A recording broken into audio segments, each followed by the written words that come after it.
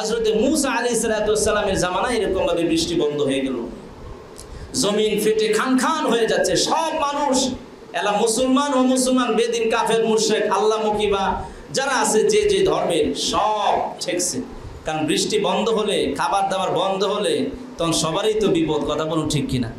এখন সব মিলে যার যে ধর্ম অনুযায়ী যার যার মালিককে ডাকে, দেখে পানি নাই। কারণ আসল মালিক যিনি আসমানের মালিক আল্লাহ তাআলা বৃষ্টি বন্ধ করে দিয়েছেন। সব মিলে তারপরে আসলো নবী মুসার কাছে যে, হে নবী, শুনছি আপনি আল্লাহর সাথে কথা বলেন, আপনি আল্লাহর কাছে একটু চান তো, একটু পানি। যদি পানি না হয় আপনিও মরবেন, আমরাও মরবো, জগতের সব মারা যাবো।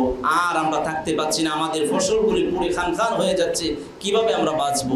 নবী মুসা আলাইহিস সালাম বললেন, তোমরা সবাই আগামীকালকে মুখ জায়গায় জমাত হও, আমরা আল্লাহর কাছে নামাজ পড়ে আল্লাহর কাছে হাত উঠে আমরা দোয়া করব। সব ওই সময় আসে হাজির। নবী মুসা দোয়া করলেন, আল্লাহ আপনি মানুষ এই তো বিশ্বাস করে আমার কাছে আসছে, আপনার কাছে চাইলে আপনি পানি দিবেন, আল্লাহ আপনি বৃষ্টি দান করুন। আল্লাহর তরফ থেকে আওয়াজ আসলো, নবী মুসা আমি সব বুঝি, কিন্তু এই মজলিসে একটা চোরা আছে, বাটপার আছে, 40 বছরে কোনো ভালো কাজ করে নাই, এ যতক্ষণ পর্যন্ত এই মজলিসে থাকবে আমি বৃষ্টি দিব না। চিন্তা করছেন এখন কোন কথাই আটকেছে? মুসা আলাইহিস সালাম বললেন, এই উপস্থিত মসজিদ সবাই শোনো, কে আছো এমন পাপিষ্ঠ, দূরে যাও। তুমি যদি না যাও বৃষ্টি হবে না, বৃষ্টি বন্ধ হলে সব শেষ। এখন সবাই বলে, না আমি তো 40 বছরে গেলে, আমি তো 20 বছর ধরে নামাজ পড়তেছি। কেউ বলে আমি তো এমন কোন নাই, ভালো করি খারাপও করি। আবার কেউ বলে না আমার জীবনে তো আমি নামাজ ছাড়ি নাই। সবাই বলে। আবার কেউ বলে না আমি তো অন্তত কয়েকদিন হলো ভালো কাজ করছি, এইরকম পাপি তো আমি না। কিন্তু আসল পাপি ঠিকই বুঝে ফেলছে। এখন সে বুঝতেছে আমি যদি এই মসজিদে উঠি, এতদিন তো সবাই জানতো লোকটা খুব ভালো মানুষ। দেখেন না আমাদের সমাজে কিছু নেতা বেতা আছে খুব সুন্দর ভালো, কিন্তু মাঝে মাঝে ধরা খাই দেখেন না অবস্থা খারাপ হয়ে যায়। আসল তো আপনারা জানেন না, তখন ধরা খাইলে বোঝা যায় যে কত নাম্বার দানবীর, কত বড় মানবতার ফেরিউল্লাহ। তো এরকম সে বুঝতেছে যে আমি যে কেমন, এখন যদি যাই সবাই জেনে ফেলবি, আসমানের নিচে জমিনের উপরে আমার মতো পাপিষ্ঠ আর কেউ নাই। হাইরে আমি তখন মুখ কেমনে দেখাবো? এখন সে দুই দিকে কি করবে? এক চিন্তা করে না গেলে বৃষ্টি হবে না, আরেক চিন্তা গেলে আমার অবস্থা টাইট হয়ে যাবে, সব প্রকাশ হয়ে যাবে। তবে তার একটা কথা স্মরণ হলো যে আল্লাহ হলো রহমান রহিম। নবীদের জবান থেকে শুনছি যত পাপিষ্ঠ হয় না কেন আল্লাহ পাকের কাছে মনে মনে তওবা করে খালেস দিলে, ডাক দিলে আল্লাহ ক্ষমা করে দেয়।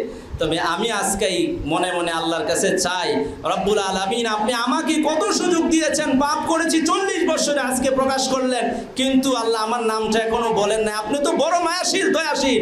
আপনি যদি খালি মুসা নবীরে বলতেন যে এই পাপিষ্ঠরা দইরা কিছু ভর্তা বানাও তারপরে বৃষ্টি, তাহলে কত মানুষ কি বিপদ আমার উপর হইতো, অবস্থা খারাপ হয়ে যেত। আল্লাহ আপনি কত দয়াশীল, এখন পর্যন্ত আপনি নাম বলেন নাই।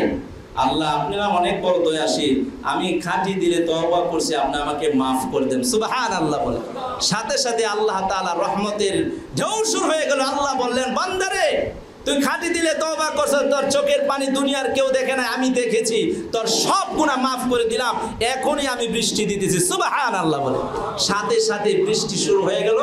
এখন তো আরেক ফেরেশতা তো মুসা আলাইহিস সালাম বলেন, কো আল্লাহ একটা লোক কত গেল না, কিন্তু আপনি যে বললেন বৃষ্টি দিবেন না, লোক না গেলে কেউ তো যায় নাই, তো বৃষ্টি যে দিয়ে দিলেন।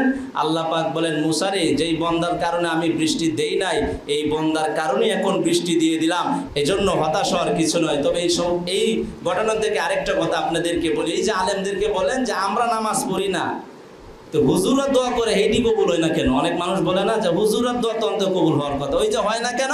ওই যে কিছু এরকম মানুষ থাকে যে এদের কারণে হুজুরদের দোয়া আটকে যায়, এই জন্য দুষ্ট লোকদের কারণে। এই জন্য হুজুরদেরকে দুষবেন না। হ্যাঁ, সবাই নিজের দিকে তাকাবো, যেন আল্লাহ না জানি এমন হইতে পারে আমার কারণে হইতে পারে, আপনার কারণে হতে পারে, এই জন্য সবসময় নিজের দিকে তাকাবো।